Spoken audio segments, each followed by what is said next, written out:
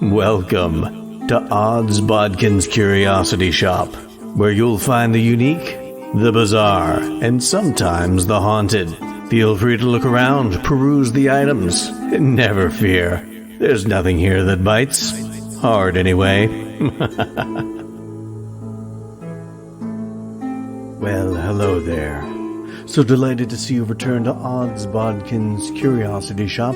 I am your shopkeeper, Chris Baker, and today we have got an interesting item. If you'll take a look over here on the wall, a tapestry, something one might find in a medieval castle of a king or even a queen. This tapestry depicts a white wolf holding two swords in his mouth, one steel, one silver. It's a very interesting piece, the look of the wolf, a grim face, surrounded by the fires of chaos. And therein lies the essence of today's episode of Bodkins Curiosity Shop. So let's pull out the mutoscope and take a look at the Netflix series, The Witcher Season 3, Part 1. So, The Witcher Season 3 kicked off on Netflix. It was released on June 29th, and they did with this what they've done with the last season of Stranger Things, where they've broken up the season into two parts. And I have to admit, I don't enjoy that. I wish they would just put the whole season out at one time. I don't know what the reasoning is for this. I've never heard a reason that is satisfying, but that is what they've done with this, for whatever reason Netflix has for doing Netflix things. But this first part of the season 3, we get 5 episodes. And of course, season 2 is going to be coming out on July 27th, where we'll get the final 3 episodes. But these first 5 episodes of season 3, we're going to talk about those, my thoughts of where we're at in the story. We're going to briefly go over some of those different elements that we see in this first half of the first season, and where things are likely to go in the second half of the season. Now, there are some things I know from the books that have been kind of validated in the trailer that we got at the very end. There was a PS at the end of episode 5, which was a trailer for part 2, and we see some things that come directly from the books that I think are going to lead into the Liam Hemsworth taking the place of Henry Cavill as Geralt of Rivia. We're going to talk about all that and more, so I'm going to get this out of the way right off the bat. There are going to be a lot of spoilers, so if you haven't watched part 1 of season 3 of The Witcher, then now's the time to hit pause and go watch it, finish watching it, whatever you gotta do, then come back, hear my thoughts on part 1 of season 3 of The Witcher. But from here on out, there are going to be spoilers. So for anybody that has read the books or played the video games, really the video games are kind of a sequel to the books. So the things that happen in the video games don't actually happen in the books. You have the events of the books, then the events of the video games. But if you're keeping score with the seasons, we had the first season was primarily based on short stories. A couple of the short story collections like Sword of Destiny and The Last Wish. Season 2 was based on The Blood of Elves, the first actual book in the Witcher saga. And this third season is based on the second book called Time of Contempt. Now, again, if you're keeping score, there are 3 books left. There's Baptism of Fire, The Tower of the Swallow, and The Lady of the Lake, which could mean that we have 3 seasons left. There was another standalone novel after that, Season of Storms. I don't know if they're going to try to incorporate some of that into this, but it really, from what I understand of it, and again, I haven't read the books, but I've done enough research to know a bit about what goes on in the books and how some of the events of the books translate to the TV series. But I don't know if they're going to try and add any of that into the next few seasons, if that is in fact what they're going to do, a season a book, which would mean we have 3 seasons left. But this is based on Time of Contempt, this season that we're currently watching. And we pick up where Geralt of Rivia and Yennefer are taking care of Ciri, trying to protect her. It's become known throughout the realm that she has elder blood, and you essentially have like all these different factions trying to possess Ciri. You have Redania, one of the northern lands. You've got the King Vizimir of Redania, who's trying to possess Ciri. He wants to wed her. Now, that's how it goes in this. In the book, I think he wants to kill Ciri. But you have Dijkstra and Philippa, trying to manipulate things to bring Ciri to Redania. You, of course, have Francesca, the leader of the elves, wants her to come with the elves and be the leader of the elves and establish a new elven freehold. You, of course, have who was identified as her father, Emperor Emhyr, the white flame that has been talked about over the past couple seasons. You've got him and Cahir. Of course, Cahir getting back into Emhyr's good graces and they're trying to search for Ciri. Although the Cahir character, it's almost like they are, in the parlance of wrestling fans, they're trying to maybe tinkering or teetering on maybe doing a face turn with him, having him turn on Emhyr to be a good guy. Who knows? There again, I don't know enough about the books to know if that happens, but they're kind of toying with that idea in this, because you have some moments where he is questioning what he's doing on the behest of Emhyr. You, of course, have the Wild Hunt, who was introduced as a big bad guy at the end of last season, season 2. They make a brief appearance in this in a pretty cool scene. These spectral ghost-type figures chasing down Ciri. I thought it was pretty cool. It was some pretty decent special effects and CG work. I really enjoyed that. Of course, there's the Rience character and Lydia. They're looking for Ciri as well. And of course, the big mystery of this season is the fact that Rience and Lydia are working for some mysterious mage of great power. And who is this? Who is the one behind Rience and all his fire magic? They set this up as a big mystery, but for me, I kind of knew who it was all along, because they really set up mysterious bad guy late last season. And I think this is probably going to be one of the biggest spoilers of this discussion, because I'm going to talk about who it is. It turns out it's Vilgefortz. And I kind of felt like I knew this all along. And I don't know if they ever came out and said it specifically last season, but they've been leaning towards him being a bad guy and him not being very forthright with where his alliances lie. So I kind of figured it was him all along, because you didn't see much of him throughout this whole season. You got little bits of him here and there, and it was almost like let's keep him in the background so people don't think it's him. And then boom, when we have this big revelation, people will be like, oh, I never knew. But I felt like I knew the whole time. Now, that's not to say that the revelation of Vilgefortz being the big bad in this was not done well, because they did a really good job with that. And we'll kind of talk about that a little bit later. But these are all the main players, all of the different factions that are out to get Ciri, and that's why Ciri needs the protection of Geralt and Yennefer. But they did a lot of really interesting things in this that I liked. They played on a lot of themes, and I think one of the biggest themes of this season so far has been Geralt. And Geralt in general, and Witchers in general, mainly stay neutral. Geralt talks about how it doesn't matter who the king or queen is. It doesn't matter who the nation. Nations are just made up of lines that men imagine are important. Witchers just go and kill monsters for whoever will pay them the most coin. So Geralt and Witchers in general tend to stay neutral, but everyone is insisting that Geralt needs to pick a side in order to protect Ciri. And you get a lot of people coming to him and trying to entice him into joining their side. Dijkstra and Philippa do. That may be more so Dijkstra than Philippa.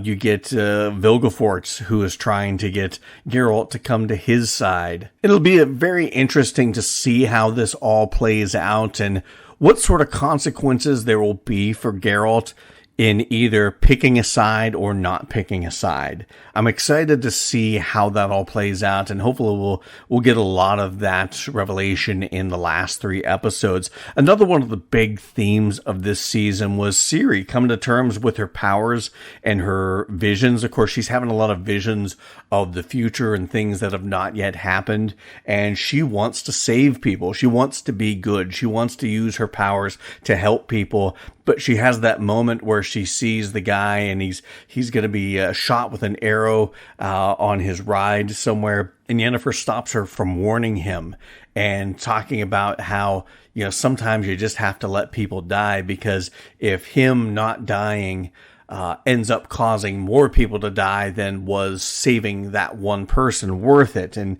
of course that brings up a big moral conundrum that I suppose is probably even an even bigger theme.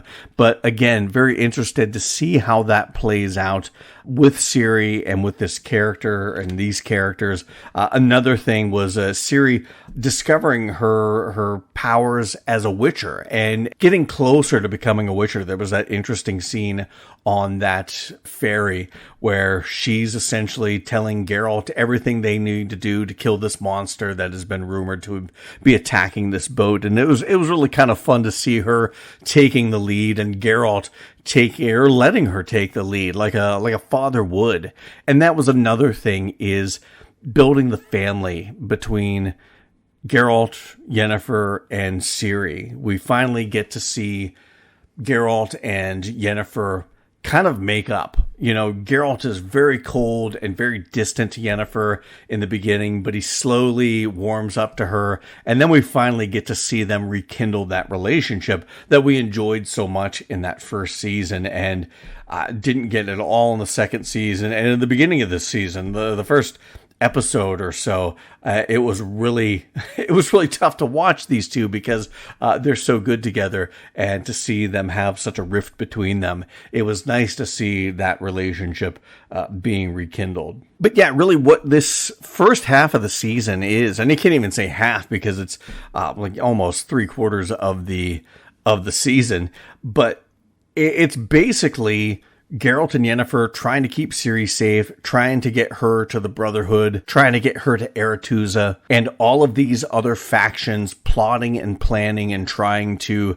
politic and manipulate and kill to get Ciri into their possession. You've got Redania, who wants to marry her to the king so they can have possession of her power. Granted, it plays out different in the books, but in this TV series, that's how it plays out there. And of course, you've got Dijkstra and Philippa trying to manipulate that and make that happen. You've got Francesca, probably the only one that wants her for legitimate purposes, to make her the queen, to make her the leader of the elves. But again, it's somebody that wants to possess Ciri and use her to get their own gains. So while she does have the purest reasonings for wanting to find Ciri, it's still for her own personal gains, for the gains of the elves and no one else. You've got Emir and Cahir, who are looking for Ciri. And I know in the book, I don't know as if they mentioned it in this episode, but Emir wants to marry his own daughter,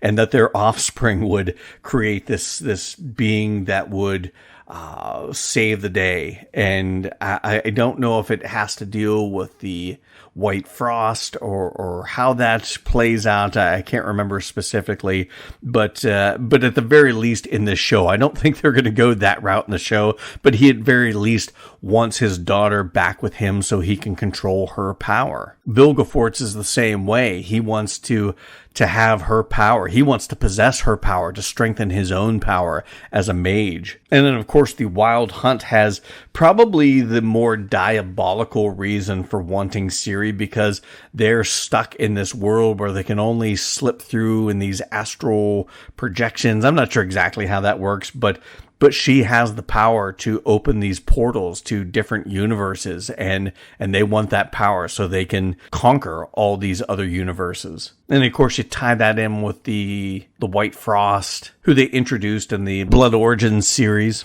But you have all these different factions wanting Ciri, and there again, Geralt and Yennefer proving what they'll do, the lengths in which they'll go to to protect her, and the building and the solidifying of this family unit between the three of them was fun to watch, because that's very much the essence of these books.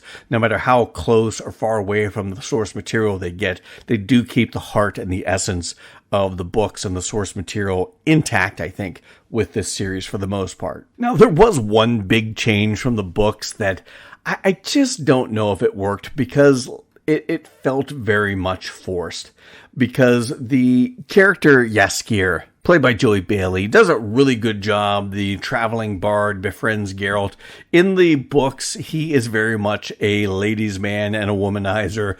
You know, that kind of typical character. If you ever played D&D, I've played that sort of character before. But they've changed the character, and they give him a male love interest, and this relationship between Jaskier and the brother of King Vizimir. And it just seemed very forced and very, very much hey, we don't have this type of character in this show, so we got to have one of those, so let's check that box. It felt very much forced. It felt very much out of nowhere. It felt very much unlike what we've seen of this character so far, and it just didn't work for me. It's one thing if the character would have been written that way in the books.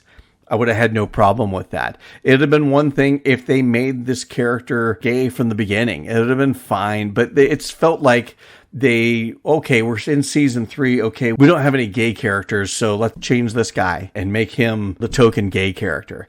And to me, that would feel pandering. If that were something that were very important to me to see on the screen, it would feel like, oh, they just changed him just to make me happy. I would feel pandered to. And as a fan of things being as close to the source material as they can be, for me, I'm like, you didn't have to do that. You could have just let the character be the character as it's written. There again, not a make or break issue. It's just, like I said, it felt very forced. It felt very unnatural. It was about the only thing in this season that just felt like it didn't fit, because it really did feel shoehorned. Now, the one thing that I really did like, it didn't feel shoehorned. It felt very natural, and it felt very in the story, is the big red herring, because there's this big mystery of somebody is after Ciri, and somebody is behind the Rience and Lydia character, and he's a mage, and he's pulling the strings and trying to get Ciri. He's very powerful. He's kidnapping young girls. We find out through some evidence that these young girls are all a part of the school at Aretuza. They're all half-elves. Geralt finds a half-elf girl that has been made to look and made to think that she is Ciri, and there's a lot of mind control things going on there. And all of these things point to Stregobor. And they have this wonderful final episode called The Art of Illusion. And it is Geralt and Yennefer trying to expose Stregobor. And the way they do this episode is just absolutely fabulous. It's called The Art of Illusion. And we see this ball that they're having at Aretuza play out. And you see it play out in a certain way. And then they keep going back and replaying various scenes. And you get a little more context. And then they go back and replay those scenes again with even more context. And it's revelation of context upon context that just bring the picture into greater light the more times you see it and the more things you see that you didn't see before.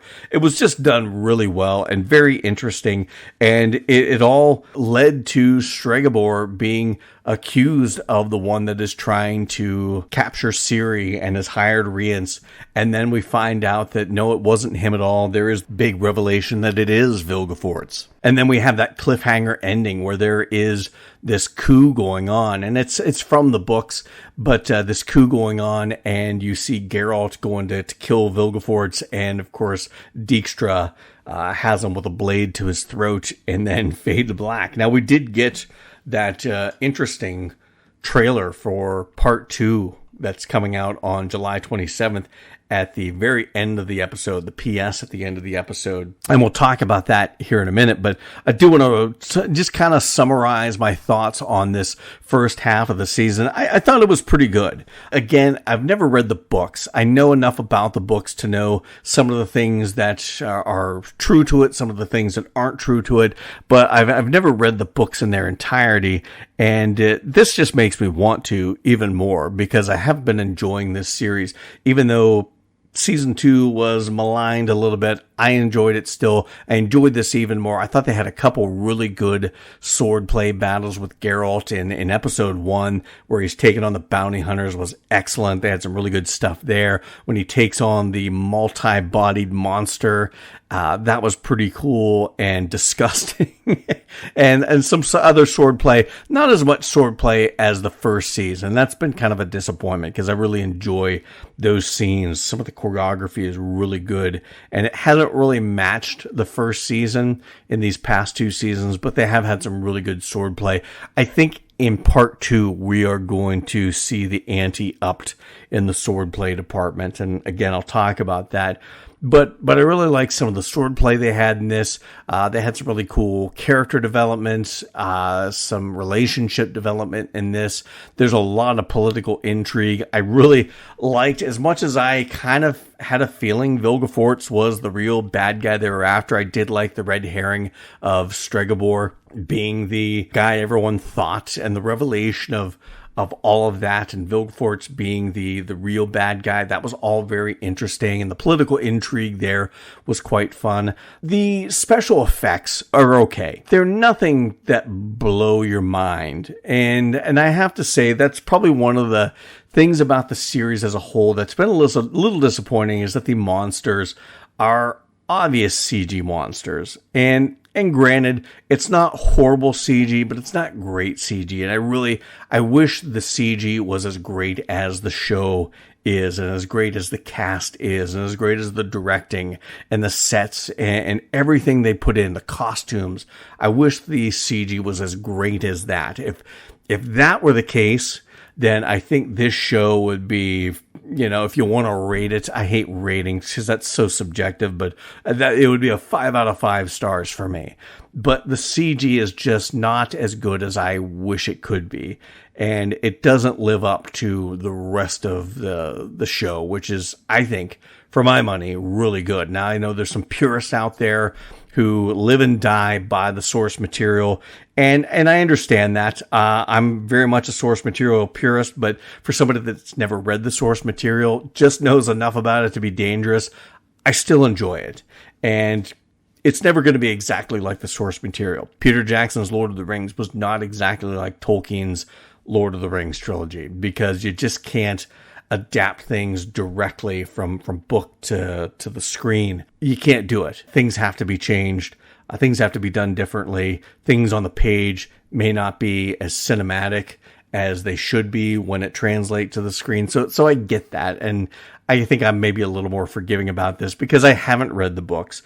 I might change my mind if I eventually get around to reading these books, which I'd like to one day. But I enjoyed the season so far, and I'm really looking forward to seeing what they have coming up in part 2 of season 3. Now, this is where we're going to get future spoilery. So if you don't want anything spoiled for the second half of the season, I encourage you to stop here and maybe come back later, because we are going to talk about the trailer and what I think is going to happen, what I've seen happen, and what is going to go down that I think is going to make a really interesting transition from Henry Cavill playing Geralt to Liam Hemsworth playing Geralt, and it all kind of ties together. So if you don't want anything spoiled for part 2 of season 3, then I encourage you to go and wait until it's all said and done, come back and finish watching this or listening to this, or just, we'll do a wrap up of the season 3 as a whole,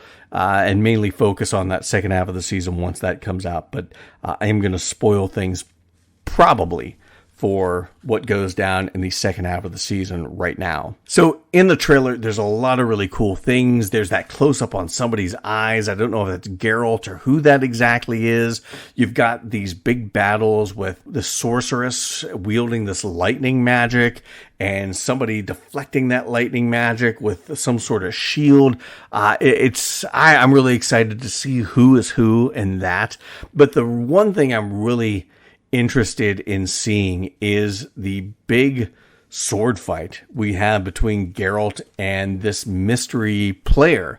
Now, if you watch the trailer that they have at the PS of episode 5, you can kind of tell who it is. And if you know the books, you know exactly who this is. Geralt has a big battle with Vilgefortz, and I think that's where he really gets established as a big villain, not only for season 5, but moving on into the next season at the very least, on top of Emir, who is kind of working with Vilgefortz. There's that line that Lydia says to Rience about how working with Nilfgaard is not the same as working for Nilfgaard. And of course, they're working for Vilgefortz, who they're insinuating is working with Nilfgaard. And there's a weird alliance between Vilgefortz and Emir. And that could have some interesting ramifications into next season and maybe the season after that. Again, not 100% sure about the source material, how exactly that goes down. It may be something I do a little more research on, but it'll be interesting how that plays out. But there is a big scene in the books where Geralt and Vilgefortz have this battle. In the trailer, the person he's taking on is a wizard with a staff, and that is exactly a staffed Vilgefortz in the book taking on Geralt. And in this battle, at least in the books, Vilgefortz wins, and Geralt is badly injured and gets his ass kicked, essentially. And I think what is going to happen is that he is going to be injured so badly, and the healing process and probably some magic being involved with that. We saw magic that changed Yennefer's complete appearance. We saw that in the first season. I think they are going to use that as an excuse for Geralt looking different in season 4 when Liam Hemsworth takes over. Which, I think that makes sense, and I can live with that. What I was really not looking forward to, as much as I'm not looking forward to anyone playing The Witcher and Geralt of Rivia other than Henry Cavill, the fact of the matter is that he is leaving the show. And if you don't want to watch the show because he's not in it, well, then you didn't like the show to begin with. You only liked Henry Cavill. And that's enough right there. I think he's a good actor. I really love all the things that I see him in. But if you were only watching for Henry Cavill, then you didn't like the show. You don't like the other characters. You don't like the other actors. You don't like all the hard work that everyone else put in. And I think it's kind of ridiculous that I don't want to watch the show because the actor that I want playing this character is no longer going to be there. Well, he's leaving this, he left this show, whether it is because of the rumors that he didn't agree with how the show was going and deviating from the books, whether it's him wanting to go play Superman, whether it's him wanting to go create his Warhammer 40,000 series, whatever the reason Henry Cavill's leaving, he is leaving the show. So, they can't just not have the character. You have to recast this character. And I was really not looking forward to it just being like back in the 80s or even, Game of Thrones, when the Dario Naharis was this long-haired, blonde, pretty boy one season, and the next he's this scruffy-looking, dark-haired, gruff guy that doesn't have an accent. And it just was like, oh, so this is the same guy, but he looks different, but it's the same guy.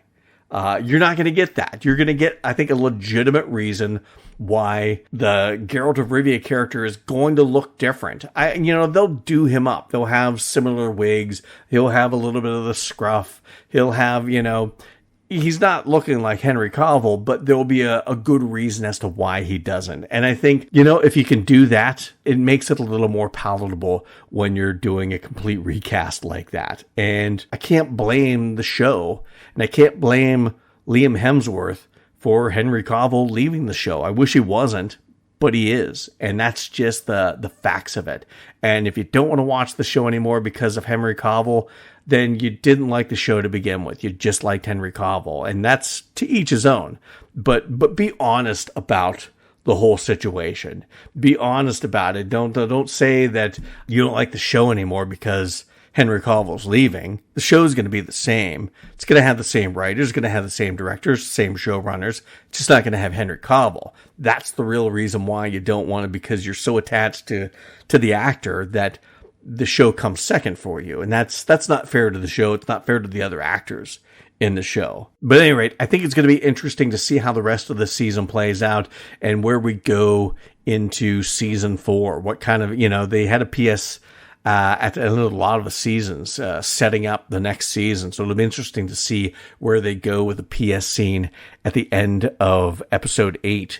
And that's it. We've got 3 more episodes of Henry Cavill as Geralt, but we've got a lot of Witcher still to come. Hopefully the show continues to do well and people don't puss out on the show just because the actor they like is leaving it.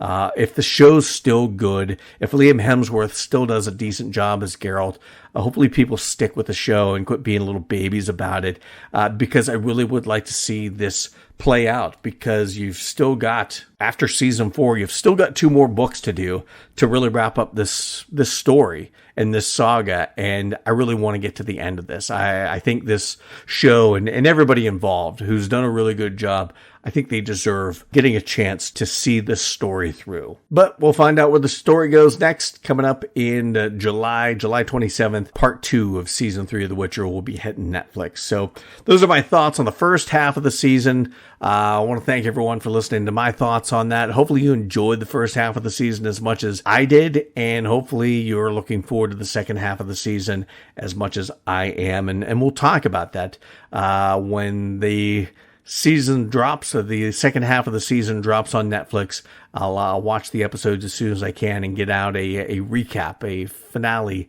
recap for the season shortly thereafter. But I want to thank everyone for listening to my thoughts. You can check out more at Bodkins Curiosity Shop with our Facebook page, always posting trailers, articles from all over the internet that I find on horror, fantasy, and science fiction. Always adding my 2 cents. Whole lot more. You can also find us on Instagram as well and stay on top of what's going on with the latest issues of Bodkins Curiosity Shop.